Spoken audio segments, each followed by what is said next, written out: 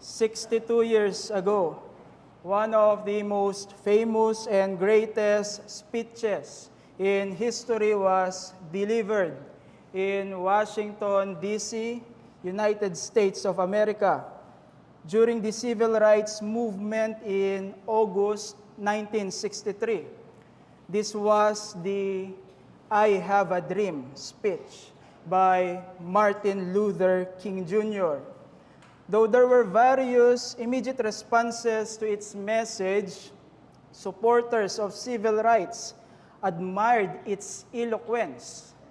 They admired its powerful rhetoric and were greatly encouraged by what they heard. The message and the public reception to I Have a Dream helped to gain legislative support for the advocacies of the civil rights movement. But this speech did not only affect its own time. Decades later, the words of Martin Luther King Jr. continue to inspire social equality around the world and serve as a reminder against issues of racial injustices, and this enduring relevance is the legacy of I Have a Dream by Martin Luther King Jr. If the words of men that are true can be so effective and can create a lasting influence, how much more powerful are the greater words of God?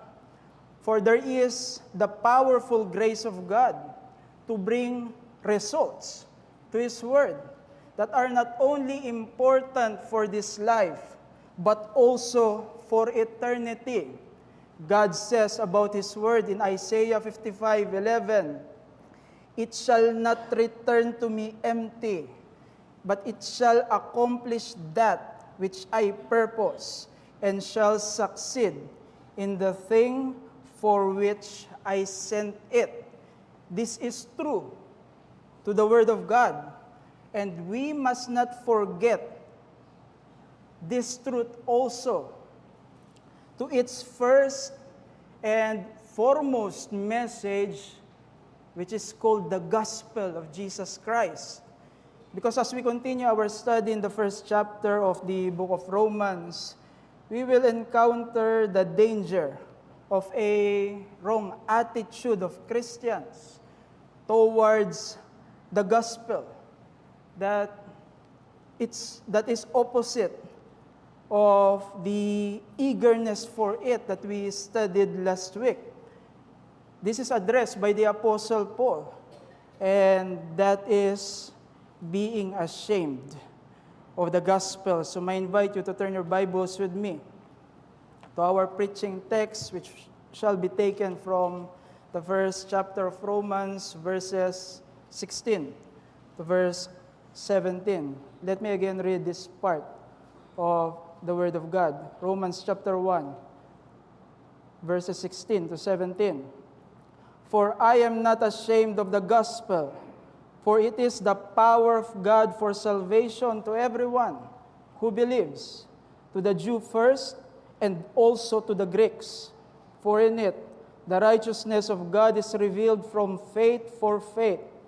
As it is written, the righteous shall live by faith." This is the Word of God. Now, our passage is the main teaching statement of the Apostle Paul in this epistle to the Romans. And this teaching statement summarizes the whole content of this epistle. So after the formal greeting of the Apostle Paul that he used for teaching about the gospel that we can find in verses 1 to 7, we understand that there were fulfillments of the Old Testament promises about the gospel in the person of the Lord Jesus Christ. And also there is this result of the gospel, which is obedience of faith. And we also learned that even the standard expression of the ancient Greek letters was used by the Apostle Paul to develop his teaching from the previous section. from verses 8 to 15, we studied that there must be the zeal of the church in its commitment to the gospel. That's why this message is important, not only for the unbelievers, but also to Christians. Now in this section, the Apostle Paul continues to show the centrality of the gospel to the Christian faith, its importance in the Christian life, because growing understanding of salvation will truly lead believers to eager obedience to God. But as the Apostle Paul wanted to explain the gospel to the Christian church in Rome in a lengthy and detailed argument, he did not launch immediately to the truths he wanted to explain. Instead, the Apostle Paul started with a powerful, concise statement that effectively summarizes the contents that he will teach about the gospel.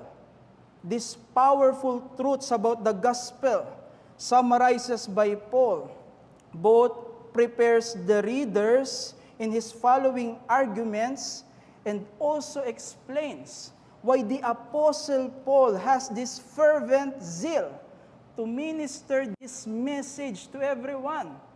Therefore, let us truly overcome any hindrances to the centrality of the gospel in our Christian life and the commitment to spread this message. As a church, we must be established in these convictions, not only as individual believers, but also as the church of the Lord Jesus Christ. Therefore, let me bring you the message.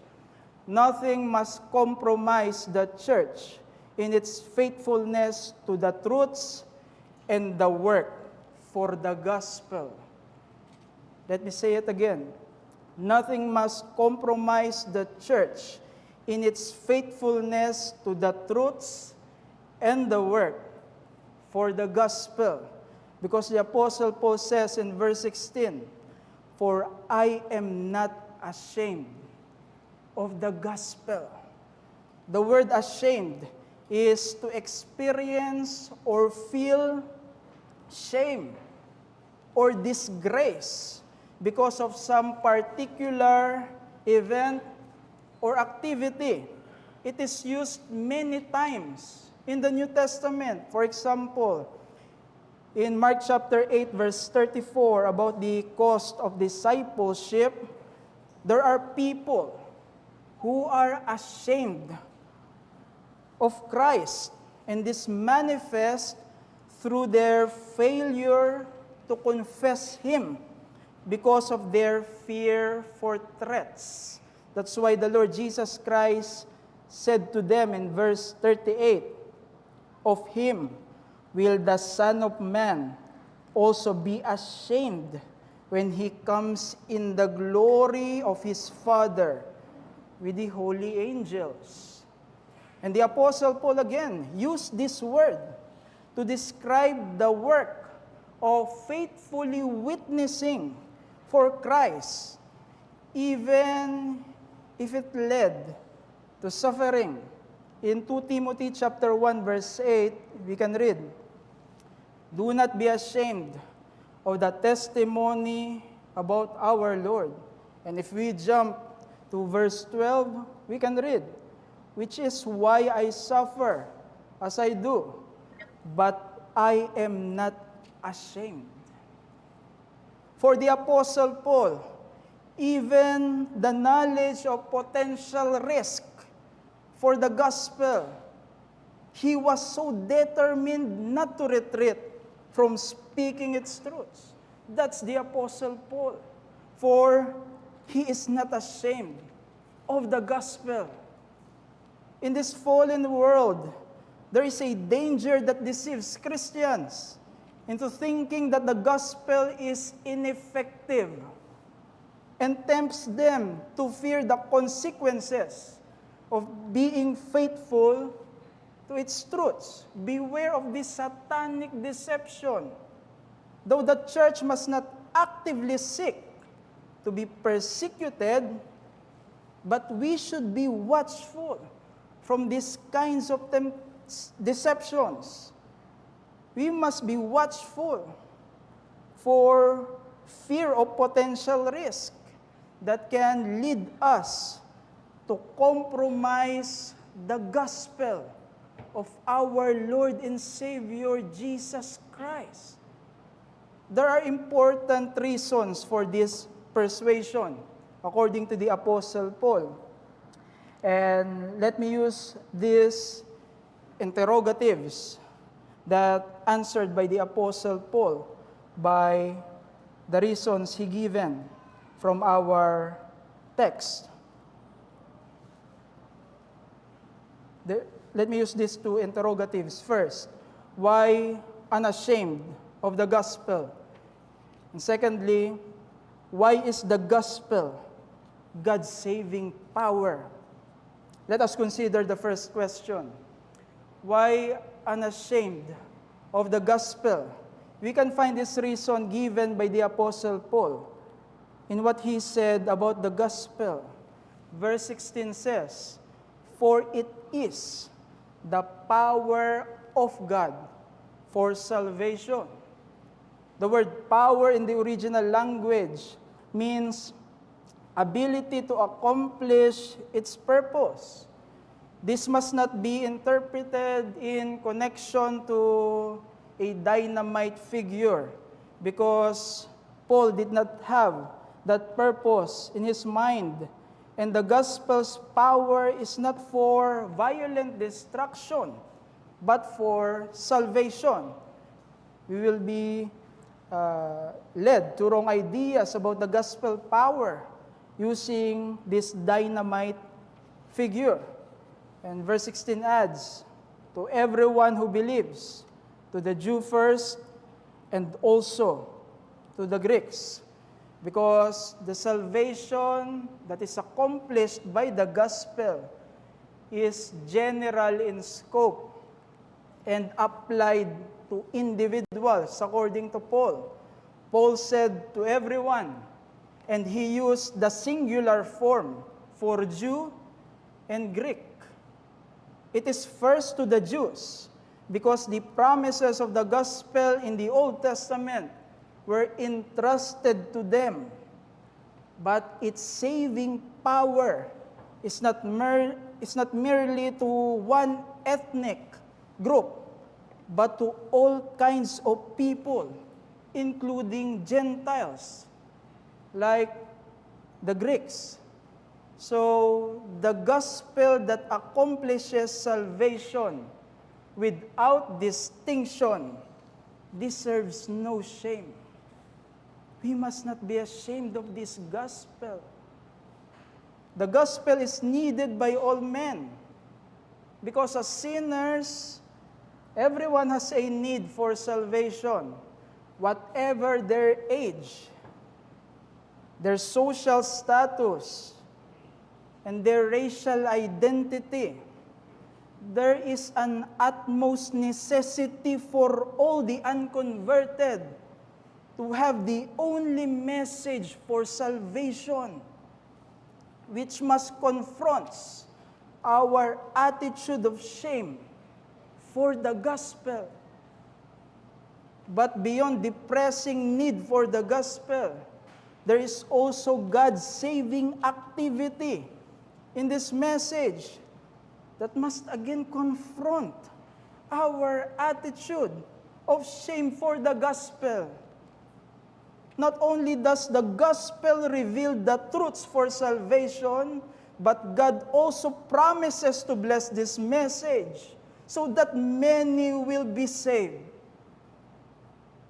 So we must reject the popular teaching that God intended all to be saved.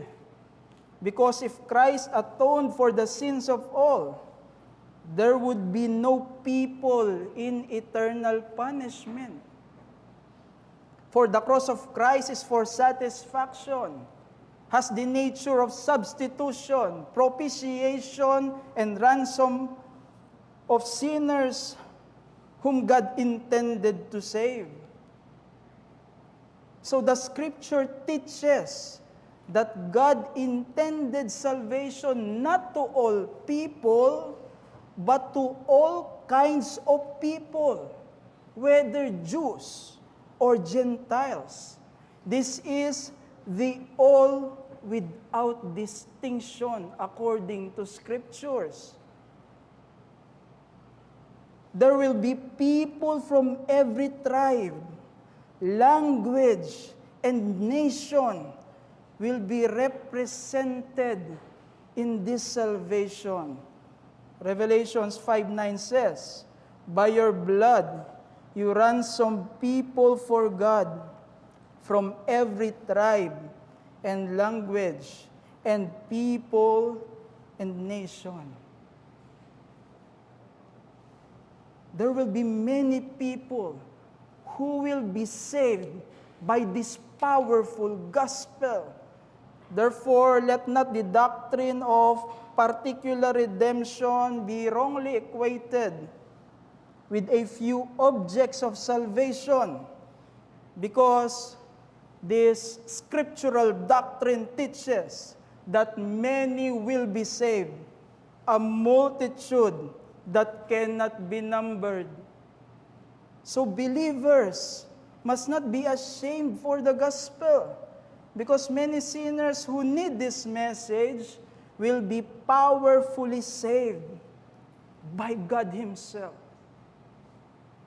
If there is a life-saving cure discovered for a particular terminal illness, this significant breakthrough in medical science will be publicly known, covered by the media, and will become trending in online social platforms. This is because such a cure must be made available to patients suffering from the severe disease it can address. It can provide hope and encouragement to them and their families. This is what will happen from this breakthrough in a medical field. If there is honor in making known a cure for physical sickness to the world, how much more greater is the honor to declare to people in this fallen world the message of their eternal salvation. So beware of any idea that robs our confidence that the gospel will bring salvation to those intended by God. Be watchful from this particular danger. Perhaps we are so confronted by the evil of a person that leads us to a wrong conclusion. That person is beyond salvation. Probably we are neglecting an opportunity to speak about the gospel because we thought that this message can be ineffective in a certain situation. The devil and the people of this age want us to think that this message is weak, that this message is ineffective and powerless. So watch out from this kind of deception. For God did not only powerfully save in the past, He saves sinners even in the present, and He will powerfully do so until the return of the Lord Jesus Christ. And no one anywhere or at any given time will have been saved in any other way except through the truths about Jesus revealed in this gospel. So beware of changing, beware of adding to this message, as that can be a sign of being ashamed of its truths. God will be faithful to save those whom He intended for salvation. And the instrument that He used for this purpose is the gospel. He does not need any contribution from its recipient. God will powerfully save through this message. But since we do not know who are the elect for salvation, we must be faithful as a church and not to be ashamed to bear this gospel as God's power for salvation. So watch out against anything that robs us of our confidence in God's power of salvation in this gospel, so that we will not be ashamed of it. Charles Spurgeon said about the gospel, as he understands the need to preach it to anyone, regardless of their social background, status, or ethnicity, they need salvation, according to Spurgeon. He said, "Never lose heart in the power of the gospel. Do not believe that there exists any man, much less any race of men, for whom the gospel is not fitted." So let us not be ashamed of the gospel before anyone, because through this message, God powerfully saves. So that answers the question, why unashamed of the gospel? But the second interrogative, why is the gospel God's saving power?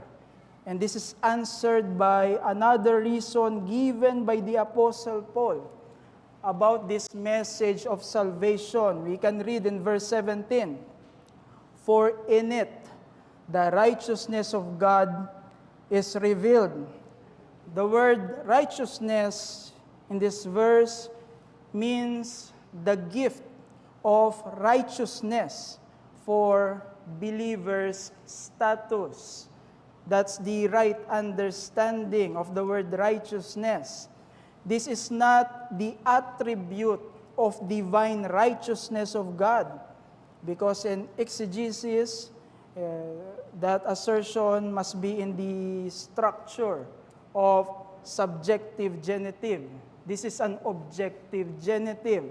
And Paul adds that it is revealed because God saves through this righteous status given to believing sinners. And the Apostle Paul adds, from faith, for faith. This is a Jewish repetition to emphasize that faith is the only means from first to last for being declared righteous. It is by faith to the Lord Jesus Christ. And from Habakkuk chapter 2 verse 4, the Apostle Paul used, "The righteous shall live by faith." The Apostle Paul uses this verse to both teach that the righteous by faith in the sight of God will live according to God's word in the present, but also the life in the age to come is secured to those who are declared righteous. That's how God saves, according to Paul, through the gospel. So the gospel as the message of the undeserved gift of righteous standing before God deserves no shame. What all sinners deserve is the eternal punishment from the righteous judgment of God, because we are all sinners. But instead of throwing sinners into eternal punishment. God is not only powerfully working for salvation, but is actually able to save, because there is the righteousness revealed in the gospel to those who believe. In spite of many sins and the opposing condition of ungodliness, this salvation brings the blessing of being declared righteous before the holy God to those who believe. There is this salvation blessing. There is the forgiveness that cancels all sins in God's judgment because of the salvation blessing of being declared righteous by faith. There is the acceptance of the Holy God occurs because this blessing of salvation brings about a state of peace with Him. And the future judgment day is already settled because of being declared righteous by faith. So there is the assurance of eternal dwelling in God's presence to those who believe. There are these results of the blessing of being declared righteous by faith as revealed in the gospel. So Christians must not be ashamed of this message. In our conversations, there can be excitement and no embarrassment in sharing news about a good gift that someone can receive, especially when it is the truth. If there should be no hesitation in having such a conversation for something significant only in this life, how much more joyful, how much more confident and unreserved should we in sharing the greatest truth about the greatest blessing of salvation, a gift freely given by God through faith, despite our unworthiness as sinners. That's why even the truths about the salvation blessings from this gospel calls us not to be ashamed of this message, brethren. So cultivate growing realization to the salvation blessing from the gospel. This must be our pursuit as a church, for we will encounter difficulties, not only in doubting the power of God for salvation through this message of the gospel, but we will also face difficulties by doubting the blessings of salvation that it promised. And to doubt these blessings can lead us to be ashamed of the gospel. But we need to learn that however depraved a person was, and whatever kinds of sins they committed, once they possess genuine faith, that person is declared righteous and accepted by the Holy God. This is the reality because of the gospel. That those who are declared righteous by faith can now live in accordance to the Word of God as evidence of genuine faith. For our passage says, "For the righteous shall live by faith." Justification leads to sanctification in theology. and those who are declared righteous by faith in the present are heading towards a sure, glorious future in the presence of God. This is all because of this declaration of righteousness to a believing sinner. These kinds of blessings from the gospel will surely be challenged by our ignorance of the word, by what we see, and by what we feel. Therefore, we need to cultivate our growing realization of them. If we fail to grow in our understanding of the gospel as believers, even its blessings, we will surely grow in becoming ashamed of this message. The blessing of salvation in the gospel are absolutely sure, because in the last days, in the very last day of our history, once Christ comes again, we will not be held up to shame, for the promises of the gospel that we spread in this world are true. The promises of the gospel are absolutely sure.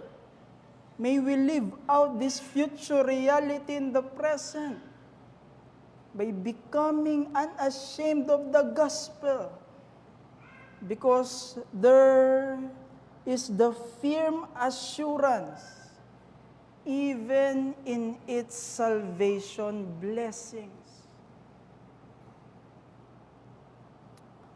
Our passage has a historical significance in Reformed theology, because this was the passage that results to the conversion of the reformer Martin Luther.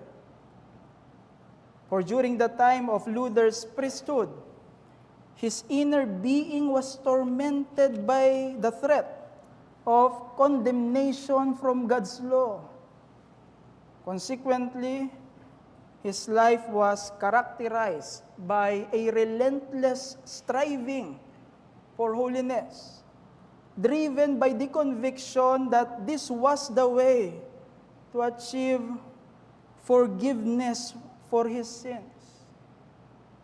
But during his intense study in the book of Romans, particularly chapter 1, verse 17, at the tower room of Wittenberg Church, Luther learned that this verse is teaching about a righteousness that is given by God to those who believe in Jesus Christ.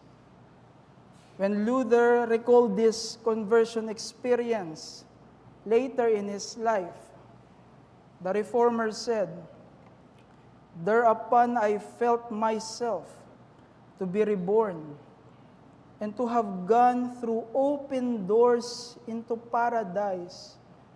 Before, the justice of God had filled me with hate. Now, it became to me inexpressibly sweet in greater love. This passage became to me a gateway to heaven." So we know from history that with this understanding of this blessing of salvation, justification by faith through the gospel of grace, this reformer challenged the merit-based system of salvation of the Roman Catholic Church. For this man is not ashamed of the gospel. In closing, let me address our visitors and friends about the gospel. For it is not only relevant to believers, but also to those who are outside of God's saving grace. As sinners, we are under the eternal punishment of God, as you heard, because of our sins. That's why you have a need for salvation. But the power to save you does not come from yourself or anything you need to do. So you have this very important need that you cannot meet on your own. But you heard that there is the power of God for salvation, which is the gospel. There is salvation only comes through the Savior made known by this message, who is Jesus Christ, who died and was resurrected from the dead. And God is calling you to salvation through this message. So do not be ashamed of it. Respond to its call for repentance and faith to the Lord Jesus Christ. For there is the righteousness for salvation revealed by God through this message. Because there is God's saving power in the gospel. Let's pray. Our gracious God, we thank you for your word that reminds us about the gospel, that it is your power for salvation, that you revealed the righteousness for the believing sinners to be accepted in your holy presence. Help us to understand and deepen our knowledge from these truths, because we are prone to be ashamed of the gospel instead of being eager and zealous to spread this message.